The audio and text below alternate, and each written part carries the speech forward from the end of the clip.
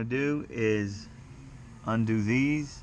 I use a quarter inch socket.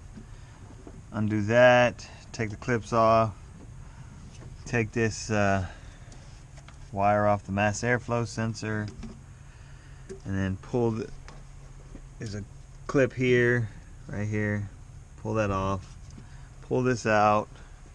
And the next thing you want to do is take these off with a throttle plate. So that's one.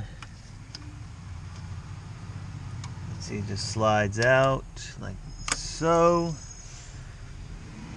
And then you're going to want to take the belt off, and you also have to take all this stuff off.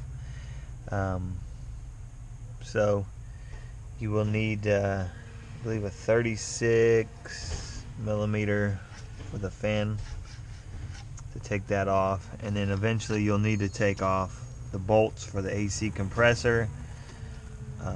4 bolts here, but you don't want to take the lines off because you're going to just slide this compressor over here out of the way, and I'll be back.